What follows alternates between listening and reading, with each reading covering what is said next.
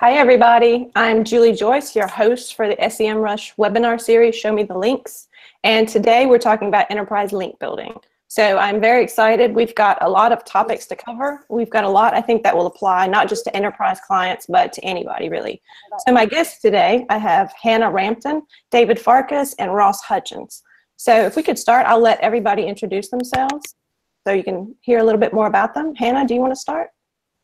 Yeah, sure. I'm Hannah. I work at Strategic in Suffolk. We are a fully integrated marketing agency, so we do everything from marketing, dev, design, full shebang. Cool. Glad to have you. I appreciate you saying yes. I'm very happy to have Hannah here. So, and everybody else too, of course. Ross, do you want to go? Yeah, sure. I'm Ross Hutchins, founder of Siege Media, which is a content marketing agency, and we have offices in Austin and San Diego.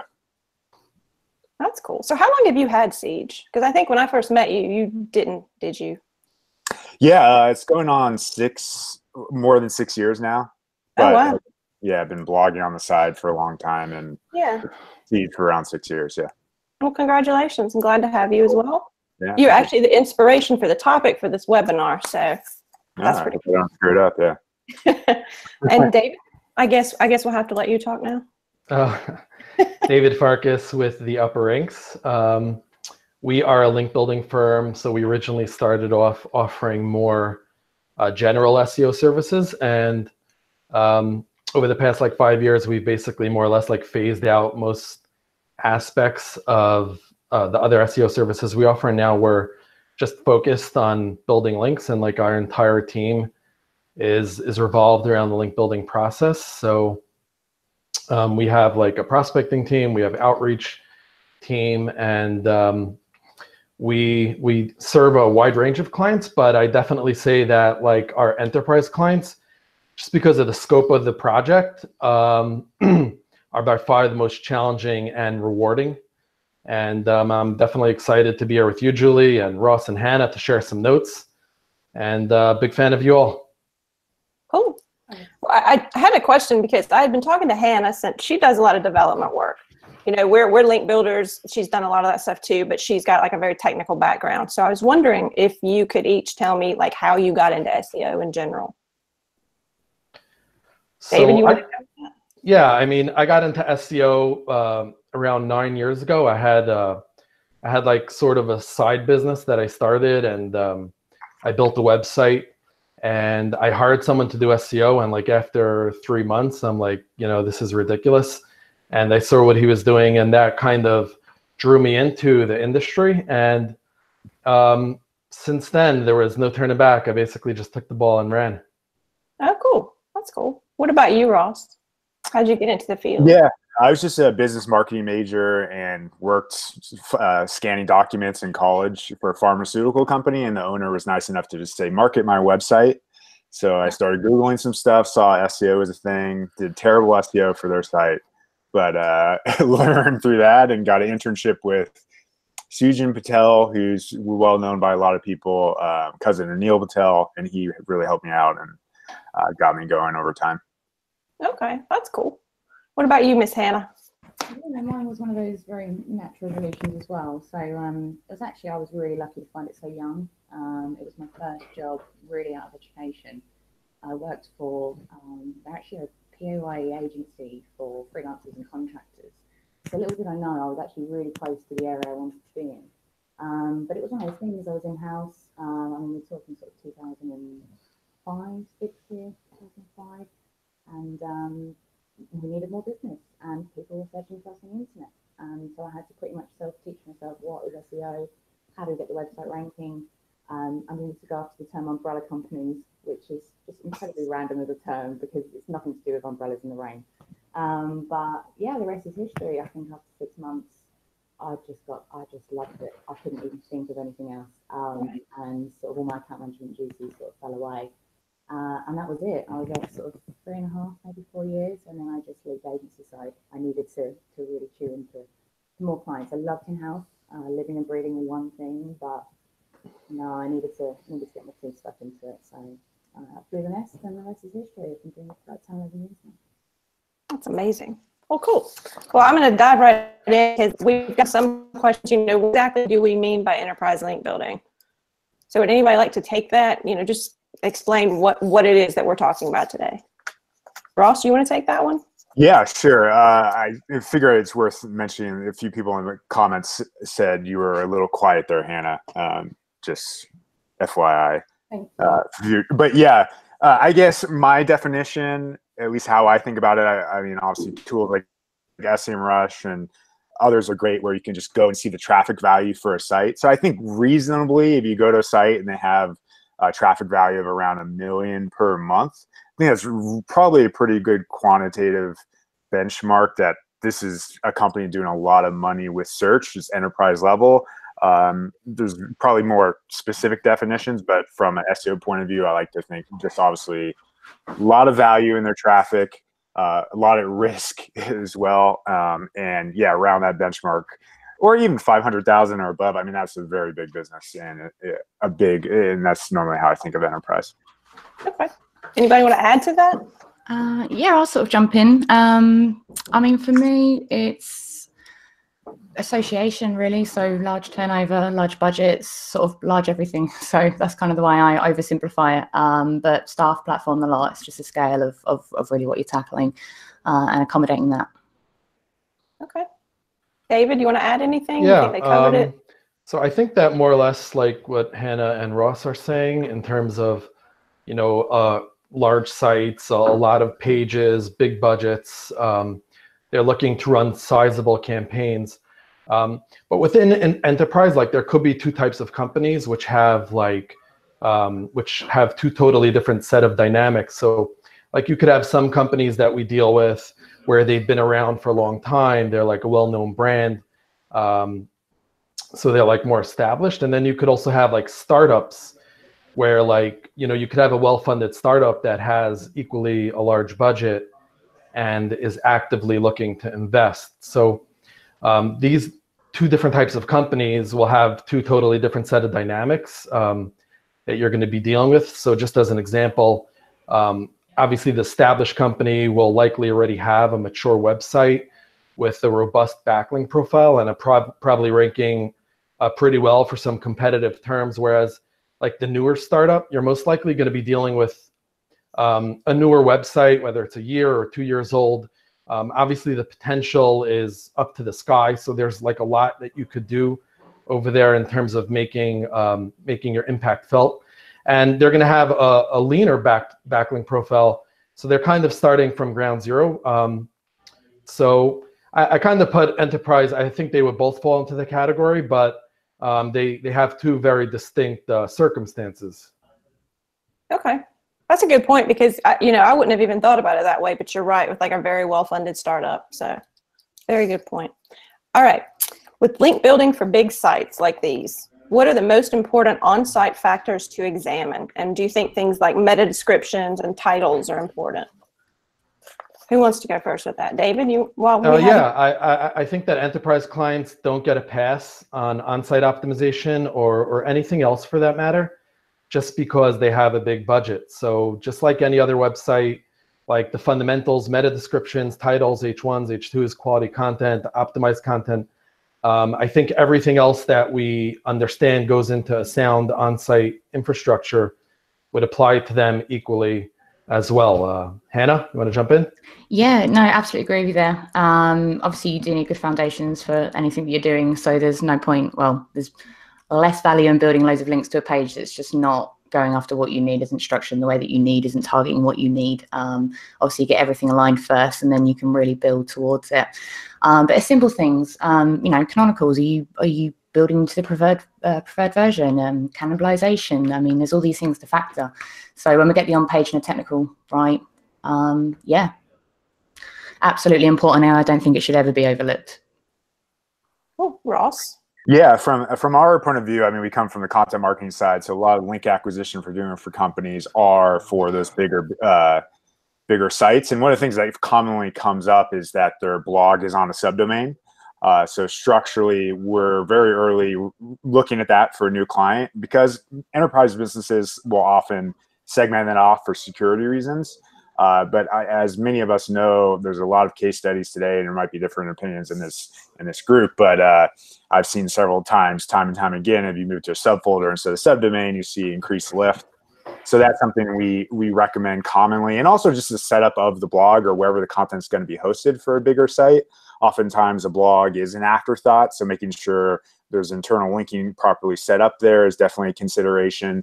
Does the blog look good? Also, can they navigate around to actually buy from these companies? Sometimes the blog feels like a magazine, which is nice and fluffy, but if you're actually trying to make money, you need to link to those important pages. So those are kind of like early considerations that we think about for big sites. I mean, that's a great point with in terms of the subdomain versus subfolder. So for the most part, like I don't even get involved in like the technical side or like on-site optimization. I mean, they're usually taking care of that on their own, but like there's certain things that it will not let get by.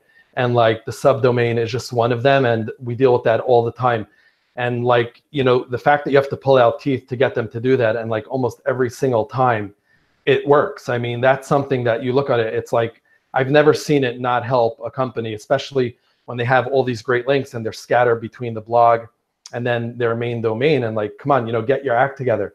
And I also feel bad like building links to like their subdomain when like, I know that they're not going to get the full impact that they could get had they been you know, on the route. So yeah, I agree. I mean, we'll start work there, and because for some companies, big companies, it takes a long time. So for example, we have one client, we brought it up at proposal stage. A year later, we just got them to move to the subfolder. It took 12 months. Yeah, I mean, sometimes it could take much longer than that. Like honestly, yeah. I like have like almost a PS for some of these clients on the bottom, like, oh, move your subdomain when you could. You know, then they're like the next quarter, the next quarter, the next quarter. Yeah, that makes sense. Yeah. While we're talking about the subdomains and all that, somebody asked a question, what are the advantages of having your blog on a subdomain? Who wants to take that one? So Ross? I think it's what Ross was touching on is that in terms of SEO and having the links, I mean, it's kind of, I don't know if you would call it a controversial topic, but it is the type of a thing where it's been discussed time and time again.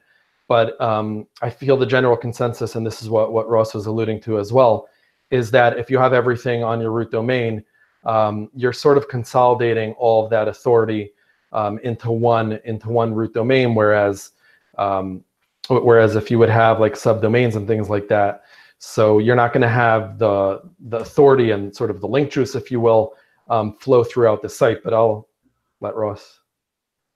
Yeah, I agree. I think if they were specifically asking why you would have a subdomain over a subfolder, I think for the most times those enterprise businesses do that for security and just management reasons. And if you just look at it black and white, independent of SEO factors, I get why they would go with the subdomain. Unfortunately, we have to consider SEO factors as well. So I think that's what kind of plays into why a lot of enterprise companies that we start working with are very frequently on that. Unfortunately. And there's other reasons too. I think you can have a subdomain and make that work and like also use that to your advantage. Like maybe you do something like fun or that doesn't make as much sense for the topical focus of the site, but maybe it's just like some side campaign that somewhat makes sense. You might want to put that on the subdomain. But for purely like content marketing, link building standpoint, I think subfolder is normally the way to go. Okay. Hannah, do you have anything to add to that? I think well covered. I thoroughly agree with everything that's been said, as you'd hope. Yeah, absolutely. I would never opt for the latter over that, that's for sure. So it just makes sense. Why would you, if you can avoid the segmentation of it, you just get more pack for your punch. We want more value for what we're doing, right? So yeah, absolutely. Subfolder all day long. Okay, that's good. What tools do you guys use for enterprise SEO? Somebody's asked that in the chat. Like, what are your general tools? Not just for link building, I'd say, just anything for SEO that you think is good for an enterprise client. I mean, for link building in particular, I imagine if people are interested in this webinar, we love, obviously Semrush is great for keyword research. Ahrefs is great as well for keyword research for the enterprise as well. We use BuzzStream as a link building CRM. We like it a lot in terms of relationship building, outreach, etc. There's a lot of email finder tools out there as well, but really BuzzStream is our main go-to at the enterprise level. I think if you have a big enough team that several people are doing link building, it makes sense to have a relationship database of some kind that you can leverage. Whether that's BuzzStream, I know Pitchbox is also a good tool as well, and there's probably other alternatives as well. But I think that's recommended at that kind of scale. Definitely. Just to add in, we also use BuzzStream as well, and it's just great. I mean, if someone else is already building a relationship down a similar track than what you are, it's always good to know. And just obviously just general organization and keeping everything together. As you scale, like anything, it can happen so quickly. It's nice to know everything's centralized and you're not trying to clean it all up later. It just made for, when we introduced that here, it just made our lives so much easier for the things that we do. On top of that, I'd probably just add Screaming Frog and Sitebulb. More from my sort of tech SEO stance, but in terms of sort of internal structure, link distribution, all those kind of things. I mean, the crawl maps are absolutely beautiful. So I always get giddy over those, and we do have quite a few internal jokes. Guess what the problem is for this internal link map, but definitely recommend those as well. Yeah, I'd add that. So I think what everyone covered, you know, Semrush, Ahrefs, Screaming Frog, and then we use for prospecting. So we'll use Garrett French's Link Prospector. That's a great tool if you want to just scrape Google. And he already has you know, different options if you want to prospect for guest posts, if you want to prospect for link pages. So that's a great resource. Also throw out URL Profiler is something that we use to sort of filter through the URLs. And also give a little plug to a tool that we came out with for prospecting. So if you want to check that out, it kind of helps you go through like 30 sites. So if you're prospecting and you have a list of sites and you want to be able to view those sites, so let's say you got a list from Semrush or Ahrefs or Link Prospect or whatever it is, and you don't want to have to open up each each website in a separate tab. So we came out with a free tool. Anyone's free to use it. You could just go to our blog. It's right there, and prospect away. Okay. How do you value a link?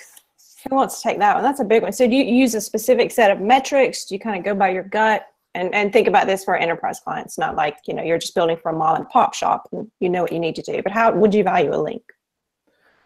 So I'd say that so in terms of like our link building approach, like there are different aspects to dealing with an enterprise client. Obviously, you know, it's different than the regular client because it's like times 50 or times 100, but like the fundamentals are more or less going to be the same. So like, it's not like we have like a completely different process. Like the process is the same, but we're just scaling it. So that's just a side note. But in terms of like metrics, yeah, we look at metrics like sort of just as like a baseline for authority and to like filter out the low authority sites. But we don't obviously just look at metrics and they don't tell the full story. So from there, like we'll basically just use our judgment and the human eye to see like, you know, does this link belong? Is this link relevant from the standpoint of the user, from the standpoint of the website? Like, is this a link that the user would be pleased with when he clicks and ends up on the other side? So in general, like a good litmus test to evaluate if a link is good or not is usually like how easy was it for you to secure that link versus how much effort did it take. Like if it's something that came easy, like you discovered some quick way to generate links, like that's obviously not going to carry much weight. But on the other hand, if it was thoughtful and planned out and took effort and time, and it was an earned link, so that would definitely be a great link and valuable for an enterprise or for any other website for that matter. Ross? Yeah, we use normally two things. One definitely is it just a good site? So we'll start there in terms of training the team. I think if it looks good and they put effort into it, it's very possible a site has low domain authority or domain rating or what have you, but it's going to accrue value. I think it's possible also the reverse side. You see a site with maybe it's domain authority 30, 40, but it's from 1995. It's possible that eventually will recede in value, will go down. So we generally train our team to just look for quality and yes, back into our reporting, which is domain authority, domain rating, and generally think about that. And 1-to-1, if it feels like it's higher domain authority and higher domain rating, which in turn can generate more traffic and actually value outside of the link itself, that's great. But yeah, start at just qualitatively. And then normally that does back into an average high domain authority for most clients. Okay. Hannah, you have anything to add to that? More retrospect, really. So I suppose sort of looking back on sort of measuring the return on investment more so than perhaps the value of the link, I suppose. But obviously you can only track so much. There's always things coming into that page that you might not be aware of. So if I know I'm building links to, say, 2 separate pages, I'd want to see exactly what terms that page is obviously receiving impressions for, and I'd want to look and see what I expect the uplift for, say I think it's going to take me 20 links, say. I can look at that and say, okay, well, I think that's going to lift me from, say, position 8, position 6. I can then kind of work out based on increased click-through rates what I actually think that's going to then bring. So if I've got, oversimplified for the example, 20 terms, and they're all going to shift up, say, X%, I can kind of look and see, okay, well, how's the click-through rate going to change? What's our click-through rate trend within our vertical? I can sort of get all of that data, have a look, and actually work out how much extra traffic that those links have given, and then sort of attribute it back that way. So that can always be valuable to do. But like anything, the more specific data to your site that you can use, so your own click-through rate trend rather than your industry average, you'll get closer and closer to pinning that value. And obviously clients love to hear that when you can show that, you know, you've built these 20 links, it has uplifted you from position 8 to position 6. Here's the uplift in traffic across all of these terms collectively. Your conversion rate is X. ABC, there you go. So it's very interesting to look back and actually see as well whether your assumptions were right, whether what you thought you were walking into was indeed what you walked into. Very good. A question from the chat is, what is the success on cold email outreach for links for enterprise clients? What do you guys think? David? So I think every single campaign is different. So there are also different metrics that you're going to track. Are you tracking the open rate? Are you tracking like the end click? Was that his question? That the end link? Yeah, the success rate of it, of doing cold email outreach where you don't know anybody that you're talking to. Right. So I'd say that for us, it's it could be anywhere from like 4% to 12%, depending on how good the content is. Because like the way that we're building links is heavily based on the quality of the content. So if it's really good and we have a lot of great prospects, you know, we could be hitting like, you know, close to double digits, like in the 10%. If it's like a tougher niche or like maybe the content is not like exactly what we were hoping it was going to be. So yeah, it could be, you know, more towards like 3 or 4%. Okay. Yeah. I mean, the one thing I'd add, sorry about that, Ross, is that with enterprise clients, they do have the one benefit that they are a brand name. So, so for instance, they have a little more leeway than like, let's say your typical no-name site, because that they're a brand and they're credible just because of who they are. So when you're going to reach out and you're reaching out from like, you know, a company, an enterprise client, which is well known, you know, probably in their niche. So for the most part, you could get away with like, you know, not like your let's say like from 1 to 10, if the best content would be 10.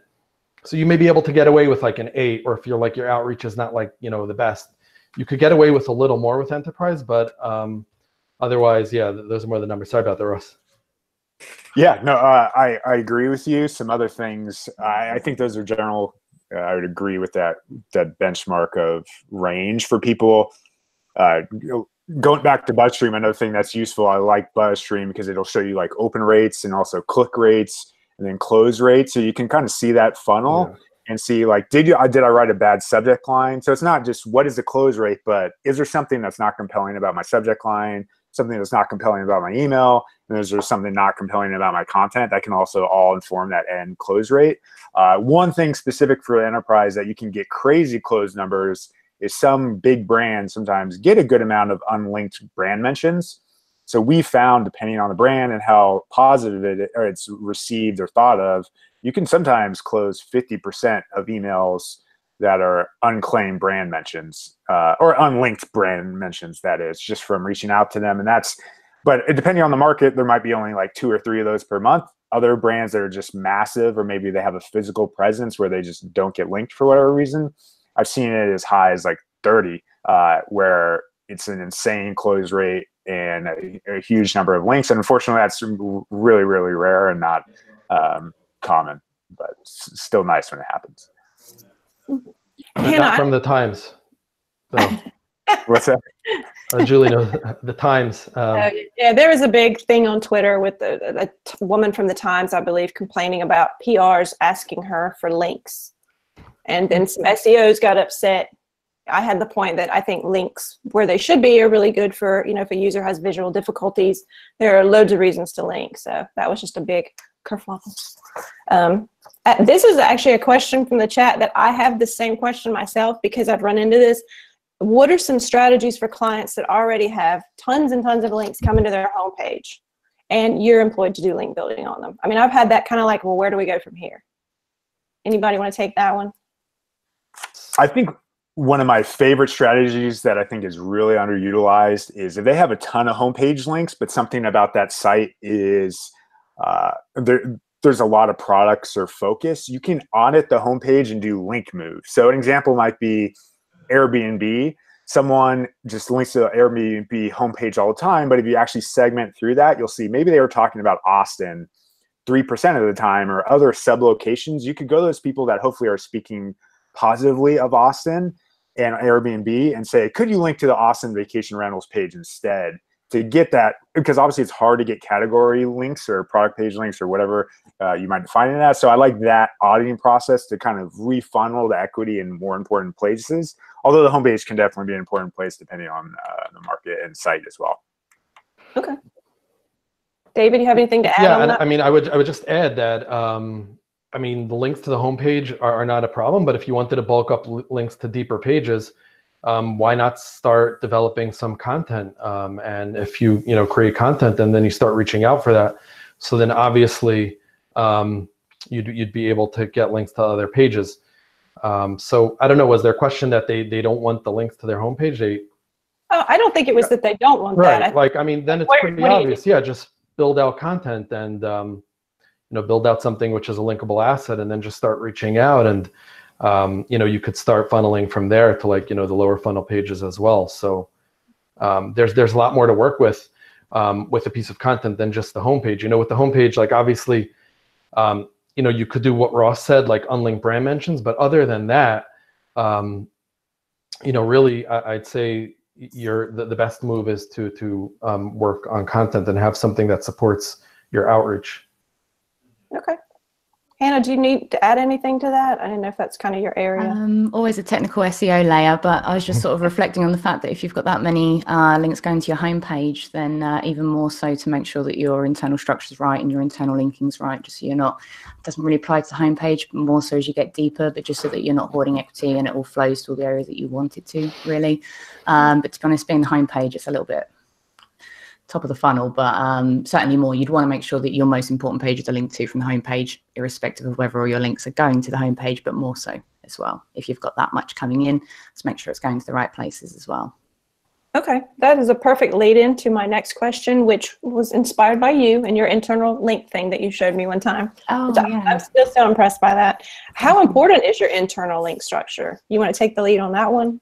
Yeah, certainly. So very, very important. It's the easiest form of link building as well, as such, and so often overlooked. That's always really bothered me, to be honest with you. But yeah, so you can just end up hoarding equity, different areas of the site. You just want to make sure that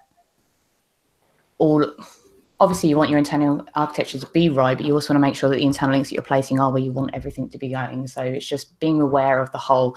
I think this is where Sitebob really comes in with the crawl maps, having a look and actually seeing what does your website look like? What's the full structure? What's the weight of internal links? Like, I can't find my words at the moment, but making sure that the profile is as you expect. Your most important pages are the most linked to throughout the site. It seems so obvious, but it's so often overlooked, and that can be really frustrating. So definitely one of the easiest forms. Definitely don't overlook it. And yeah, I think there's a lot to be said for, if you're building lots of links to a website, you're trying to encourage all this equity, make sure that you're nurturing that when it gets there. Don't just let it filter off into dead ends and corners. Right. And you did mention Sitebulb. I had part of the question was, what tools do you use? So I'm a big fan of that as well. Big fan of Sitebulb, and it's notorious. I'm a big Screaming Frog fan as well, as they know, because I'm a real brand advocate for them. But in terms of any excuse to basically wear my Screaming Frog t-shirt or run around with my stickers. But yeah, I think you can't be a tech SEO and not just love Screaming Frog, to be honest with you. Right. I'd add just a subtle benefit of good internal linking is like, yes, technically that makes sense, but another reason to have a good internal linking structure is just make your content more visible. In general, if you're doing content marketing and you're trying to generate links, the more people see something, you're going to need more eyeballs on average in order to generate more links. So it's possible if you put good resources where people can discover them, you're going to improve the probability that you actually get links to them. So for example, if you're like Zillow or something, if you have your mortgage calculator in the header, it's possible that someone who's in that industry will naturally discover that because you've properly architected that in your site, and therefore increase your probability of just getting an organic link to that, not just from someone Googling it. So it's not just, yes, it is good page rank flow or what have you to internally link well, but it's also just about content discovery in general. And the more time someone sees something, the more likely it is they link to it. So just think about that in terms of how easy it is for people to find your most linked to or most linkable content. That's true. And just to jump on and add to that as well, this is probably this is actually off the back of something I've just done and the thing that you saw actually, Julie. But if you've got, for example, a website, e-commerce that's discoverable via sort of two main verticals, so say you've got like a brand path and then you've got a category path. So let me think, random example, we'll just pick tools, say. So you could have, you're discovering tools by brand and you're discovering tools via the type. So they're a saw, they're a hammer drill, they're whatever they are. What you have is, obviously, by nature, you only really have one breadcrumb. And I've seen examples, and this applies to quite a few e-com sites, but you see examples where they'll obviously preference the one they want to weight in the breadcrumb. So let's just say in this example, we've got a branded breadcrumb. Well, very quickly, you can see that the sort of natural discovery through the tool categories, kind of from an internal link perspective, can get sort of, well, not weighted anywhere near where the brand is. And so the brand starts to pick up. So let's just say Bosch. You've got a Bosch tool page. That is going to start to outperform perhaps your drills page. You'll have Bosch drills and a drills page, and obviously depending on the query intent, but a lot of the time you'll find that because of all of these internal signals that you've got, you're finding that your brand pages will sort of outperform, I suppose, or start to overperform when really you want the tool to be going after that, or the tool category page. So what we do there is we just sort of thought about, for users and search, what kind of link modules as such are going to help users. So it's perfectly viable to me if I'm on a Bosch drills page, or if I'm on the drills page, I want to be able to get across these two tracks quite easily. So obviously there's a user purpose there. I want users to be able to discover that content in as few clicks as possible. But then it also builds a relationship for search as well. So it's quite easily sometimes think, oh, everything's great, you know, you're having a look. But it's when you run these things through Sitebulb sometimes and you go, whoa, okay, I've now got my brand variant of drills linked to 700 times, my category linked to 200 times. What's Google going to think is more important?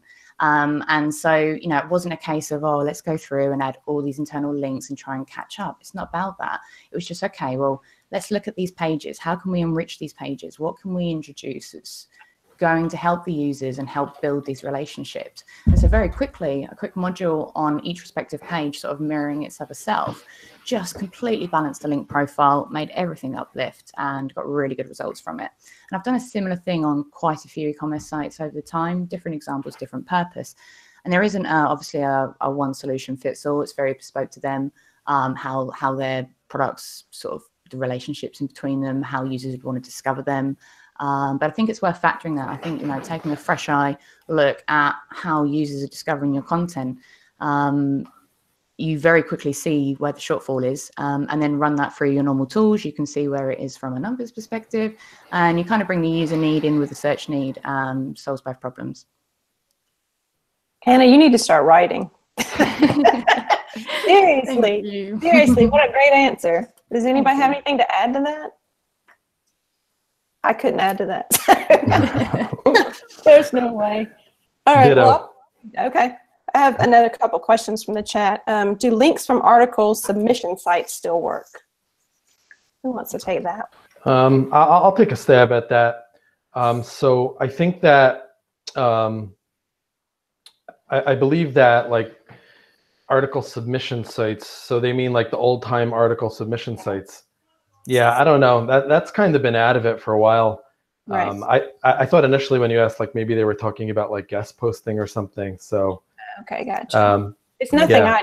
I'd probably avoid it. Yeah. Yeah, I mean that's like so old style. Pretty old school. Yeah. Yeah. I'm And thinking sort of e-sign, if anyone remembers that. That's kind of where my head's at when I'm thinking the kind of... Yeah, exactly. I think that's an example, yeah. All right, and also somebody asked about link exchanges. Does anybody think they're a good idea? I don't do those either, so. No, I don't have a lot to add here, but I would just say that, you know, if there was a really, really, really strong user benefit for you to both be linking to each other, that's kind of a separate conversation. But give me a link on yours for a link on mine. No, that's not how it works. I'd say that there could be sometimes where like it may make sense, where like maybe there's some type of a long-term relationship where, you know, you have maybe two different aspects of an industry and somehow you could complement each other. So I'd say that, you know, from time to time you could find like cases where it would make sense, but in general, yeah, I mean, especially when you're dealing with enterprise clients, like it doesn't really seem very realistic that they're going to start linking out to every you know, dinky site. Right. What about syndicating blog content across the web? Do you think that's beneficial to an enterprise site? Who wants to take that one? Ross? I'm generally not a fan. I think I know there's some sites that have like established their rankings functionally by doing that and had some value from that. But Google came out and said they don't support that for one, which is by nature, if you're going to pursue that, it's probably tough. I've also seen other situations where people have, and I think this is kind of shady personally, like reporting, you get one link and then they report all the scraper links that come out of that. Like you should only report that first link. That's the most value passing one. Occasionally we'll report other ones that maybe are still indexed by Google and is clearly valued because of that indexation, but it's pretty rare. And most of the time they're all junk. And to me, if I was Google, I want to be passing value from the 19 scraper sites that link to Moz, or that Moz originally. I'd only value the Moz link and then not the 19 sites that just copied their content and linked to you through that. Okay. I saw a good question here. Have you seen any effective strategies beyond citations that work for getting links to unexciting location pages? So I'd say that with that, I suppose that you'd be able to guest post, so you could pitch a guest post. But the thing with guest post is that, you know, you could have great guest posts and then you could have ones which aren't so great. So you do want to be careful, you know, to vet it out, like make sure that the website is actually a legit website and has traffic and has metrics and things like that. But I'd say that's one strategy you could take. One very common one is our city studies, which many of you have probably seen, like the 10 best cities to raise parents, the 10 best cities to be an entrepreneur. It's kind of been overdone, definitely. So I think you have to come from a place of real credibility. But in those situations, you can rank a top 10. And if you have those product pages in Austin, San Francisco, what have you, it's not uncommon that someone would just grab the top 10 and you get 10 category or 10 city page links in those situations.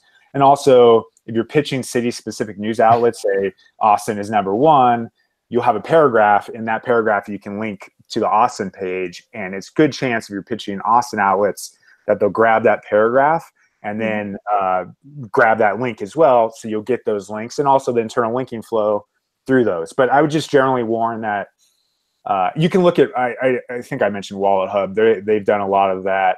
There's a lot of people in personal finance, but you can search a lot of best cities for X connected to your space to see if it works.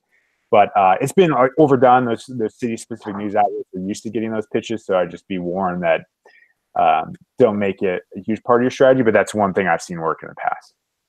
Right. How scalable do you think that is? 'Cause, I mean, I understand like part of the question too, you're talking about like tons and tons and tons of cities. It depends on the site. Yeah, I think if you were Zillow or something and you just had it, you have that much credibility as a brand, and we're talking about the enterprise, I think you realistically could do a good amount of that. I mean, I've seen a business in home security, and you could probably find this business. It has an entire series of the safest cities in America, and they also have the safest cities in California, safest cities in Texas, and they literally pitch the top 10 in all those markets, and I'm pretty sure their link profile is built off that. But they also have the credibility in their brand, I think, and just how their site comes across, that it is a scalable strategy for them.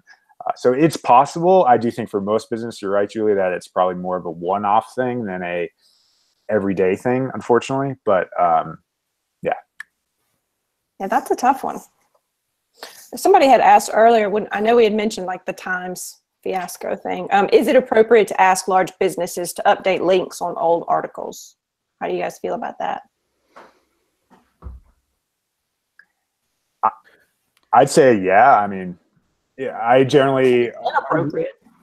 we tell our team that it's fine to ask someone for a link, but if they cover us again in the next month and they don't link to us, like, let's not burn that relationship. We already got a link. So let's just be cognizant of relationships.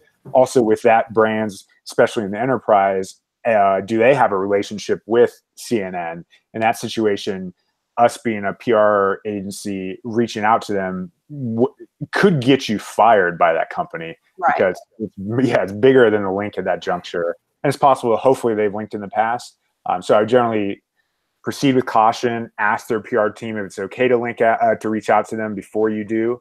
If it's not your own content you're pitching, and generally be cognizant of reaching out multiple times to the same publication to burn any bridges. Right. Really good advice as well, just to add, because obviously when you're dealing on that level, you're not the only cog in the wheel, and I think respecting the relationships and having those open conversations not only means they're on board with it, but you don't get those surprises down the line. So yeah, very good advice there. Can't help but think it would probably be interesting. It'd be interesting to see how much traffic that link's referring, assuming it is of that nature. But you know, if you can see that it's sending X amount of traffic, there's even more validity, right, to get it updated to the more ideal place for users. So if there's a benefit to the user and that link really is the best location for it to go to, and you can see that it's driving, you know, at least a reasonable number for what a referral link would do, then just factor that, I suppose, and maybe the conversation that you're having, because there's more justification there. Yeah, I don't think anyone would ever pay us to just change the link from one page to the other. So it's not something that we at all get involved in. If they already have, you know, a link from that page, I can't imagine, you know, just asking them to switch it and like, you know, our client being happy with that, like counting as a link. So there's a good question. There's a good question in the chat about accessibility, which is something I've always been very interested in. It's interesting. I have a neighbor who is legally blind, and he took me to his business to watch how people with visual difficulties like navigate the web. And it was, I hate to say eye-opening here, but I mean, it was just unreal. And so do you guys ever get involved with like dealing with accessibility issues with a big site like that in terms of link building or anything else? Does anybody deal with that, or maybe another team just handles it?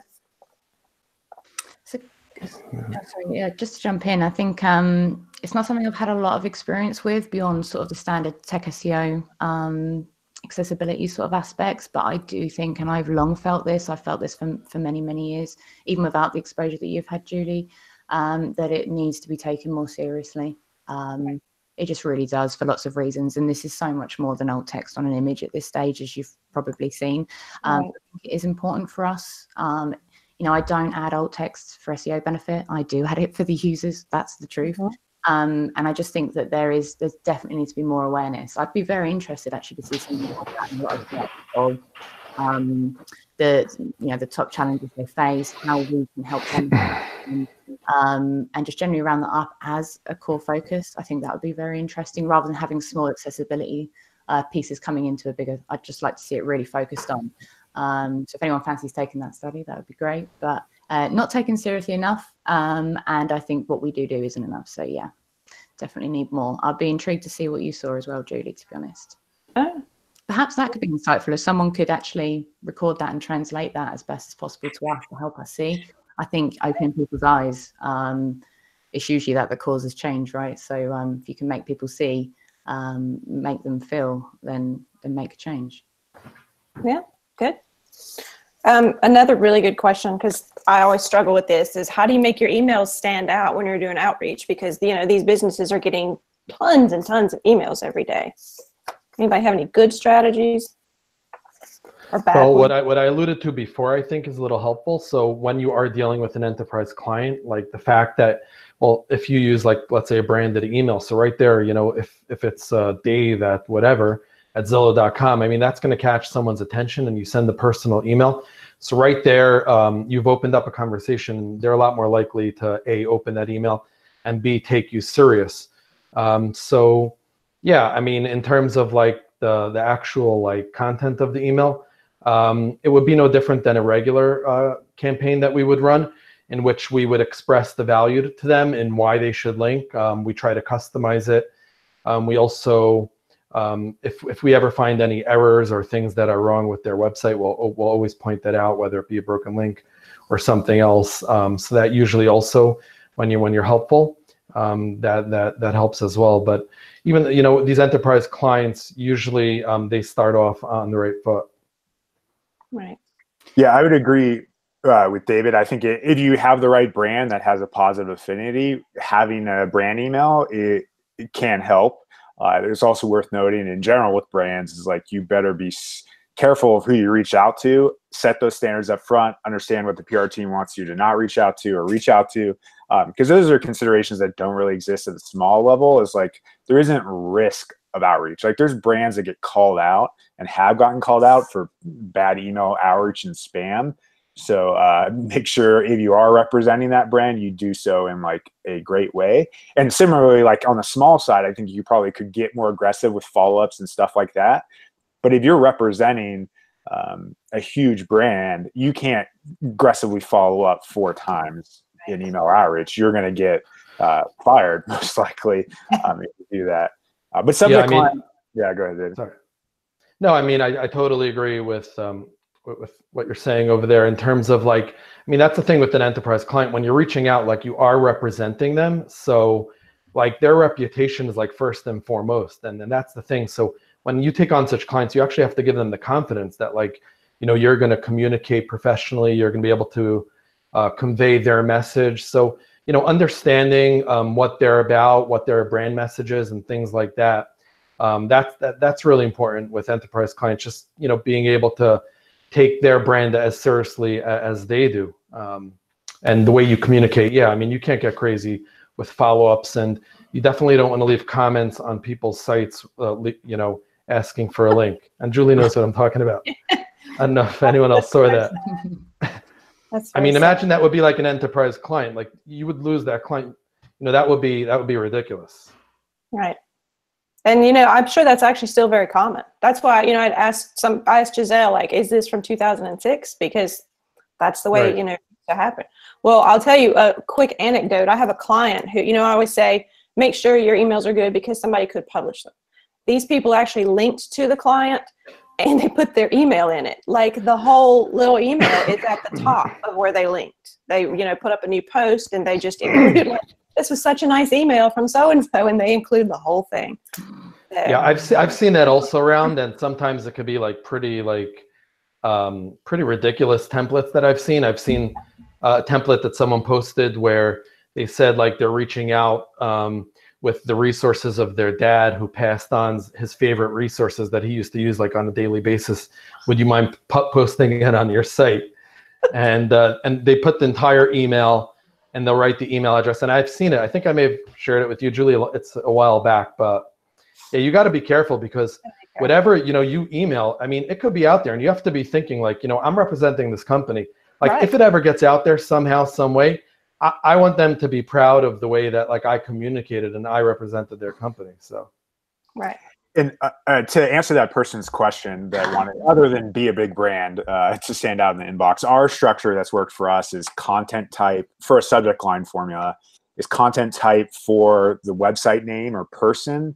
So it could be like data visualization for Moz, colon, description. And that's worked pretty well. And where description is a compelling mini headline, obviously not the full headline, but maybe it's some stat that's specific to them. And we've gotten pretty good open rates with that because I think it's personalized.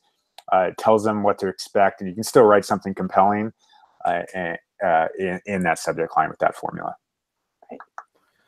Yeah, I've tested out like every type of subject line over the years, and I've done things like that. I think that works well.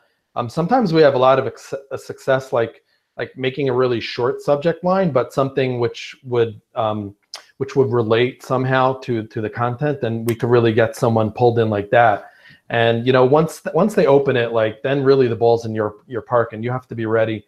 You have to bring your A game if you really want to get their attention. But we've done that, and we've also done like just the simple, like even if you try like one word, if you figure out how to like encapsulate a message in like one word, you'd be surprised like the open rates. Like I've had like 70% open rates. Nice. Oh, that's very nice. Yeah. All right, I saw another good question in the chat. Since David, you had brought up the point about like a well-funded startup. So, I always think of like established sites as being enterprises. But let's say it's a well-funded startup. What would be the first link strategies you do for a brand new site? So I think that much like with any other campaign that you're gonna go after, again, it would just be trying to find the content that your competitors are focusing on, what's brought them success. A lot of times, definitely like one strategy we have is, so if you're a startup and like there are already it's kind of like a busy industry. So, but you could always try to distinguish yourself with like content. So if let's say someone put out like a general guide or things like that, you could try to like come out with like a series of specific guides. Like let's say there's a general guide to, how a beginner's guide to jogging or something like that. And then you could segment that like into separate guides and try to stand out like that. So more or less, it's like, just like the way we do it is it's really heavily supported by the content, and I just go with the content. And the things which I love about working with startups is that like it's so rewarding to see a site go from 10,000 to 100,000 to 200,000. Like there's nothing like it. And then a lot of these startups also like they have like some strong links as well, just because like they've been around, maybe they're in Crunchbase or things like that. So they've gotten like some fanfare, but once you start building links, like when you see that thing fly up, it's like super rewarding. So that's what I love about it. Whereas when you're dealing with like established sites, you're obviously, it takes a lot more to move the needle from that point.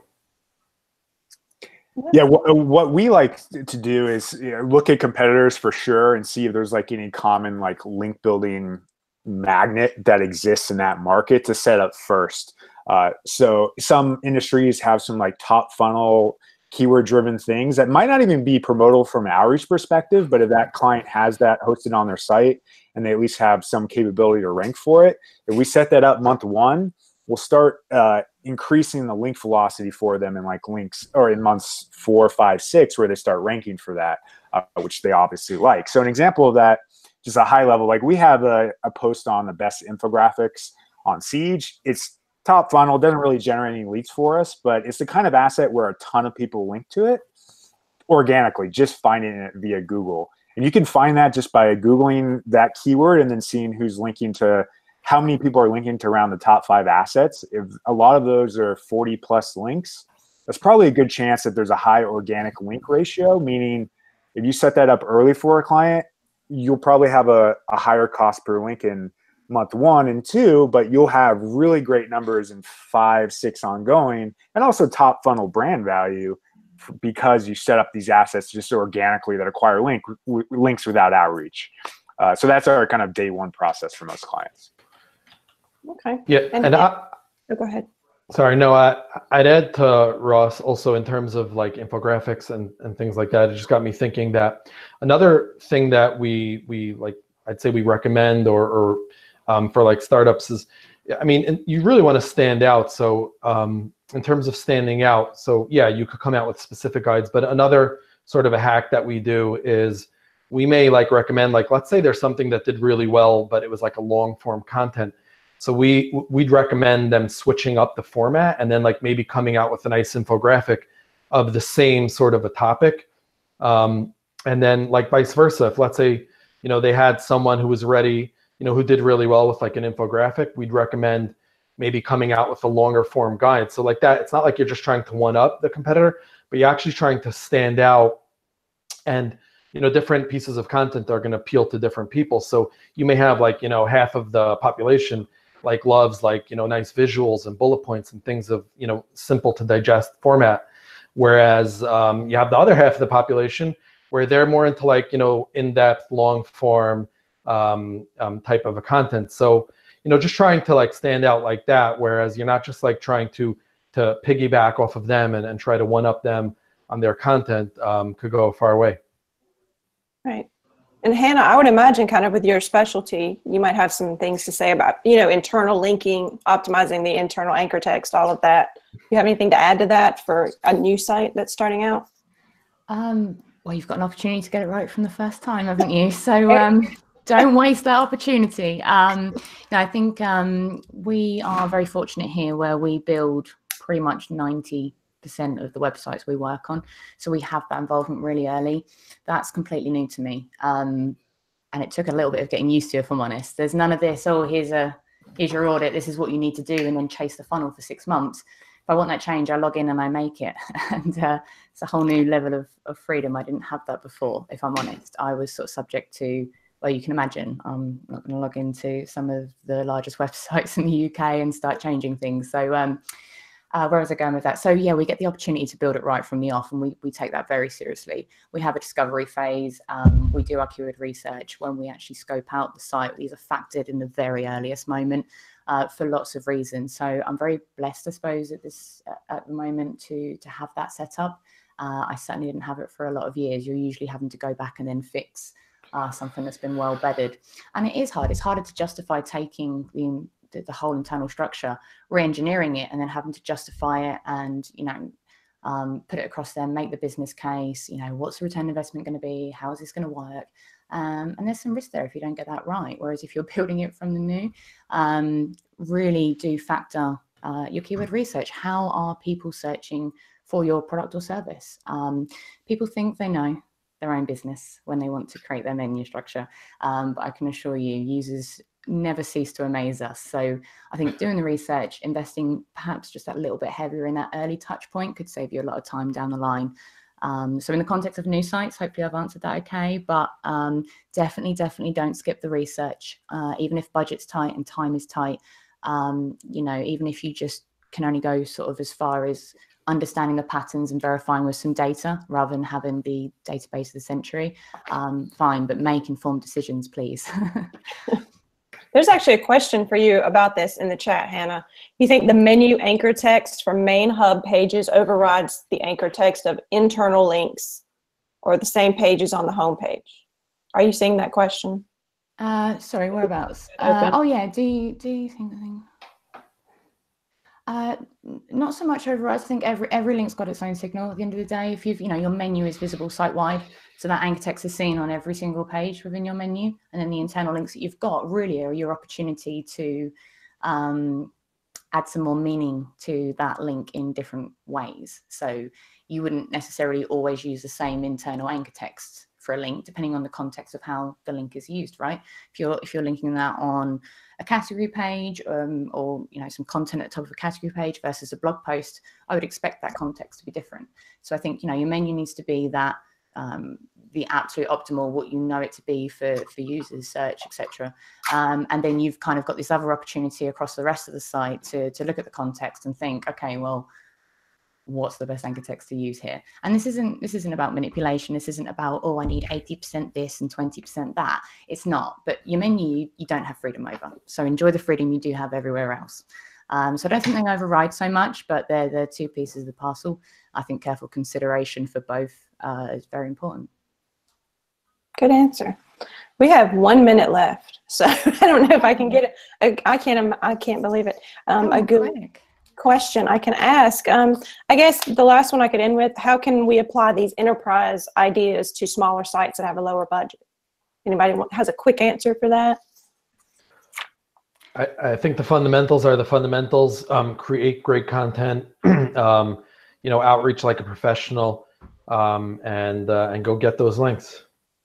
Yeah. Anybody have anything to add? That's what I would say too. Yeah, I think a small site can look great too. I'd say smaller businesses, you can be a small business and invest. If you invest in a nice website, like that could take you a long way link building wise. You don't have to be a Fortune 500 company to do that. And then that will make link acquisition a lot easier. I think a lot of small businesses have terrible looking websites. You spend $10,000 to $15,000 on a nice site, that'll convert better and you'll generate links. And I think that will help. And most of the time we can't help a small business because their site looks so terrible from a content marketing point of view. So that'd be my suggestion. Just to add in as well, I mean, this does apply to all link building, but especially I think if I was just trying to put myself in the shoes of, if I was a small business, limited budget, and really wanting to get off on the best foot, I would take that hour to hopefully use the tools you've got available, but have a look and see what other content did work for the people around you, or the people that you're aspiring to be, or the business that you're planning to disrupt, should we say. I think there's a lot to be learned from the path traveled. I think you need to be cautious with what you look. Just because one didn't work for someone else doesn't mean that you couldn't have, you can't do it differently or execute it better or have more success, or, it's all about the quality of the content, the placement. There's a lot of factors here, but I think as a general level, if you've got some big guys leading the way a bit that have got, 10 years of putting content out in its varying ebbs, then you can have a look and see, okay, well, in the last couple of years, what has worked well for them? What content types, what placements, what's getting traction, what's generating links, and what's getting more social traction. And I think having a bit of a look at that, for me, if I was on a limited budget, I would rather know that and be more confident in what I produce from here forth, rather than trying to find my feet with it. I think if my budget was limited, obviously it's great to just go out and explore and try new things. Definitely don't avoid that either. But if you happen to be really smart with what you're doing, then I think that would be a good thing to factor. Just so you don't make the same mistakes perhaps that they did. Right. Okay, well, we are out of time. I want to thank the guests, especially. These guys have been awesome to work with, and I have tons of notes that I took, so loads of good information, and they're very nice people too, so I'm sure if you have a question for them, you can reach out on Twitter or wherever if you want to get in touch with anybody, and this will be archived, so if you didn't get to watch any parts of it, you'll be able to see it later. So thanks everybody for joining us, and we will see you next time. Thanks for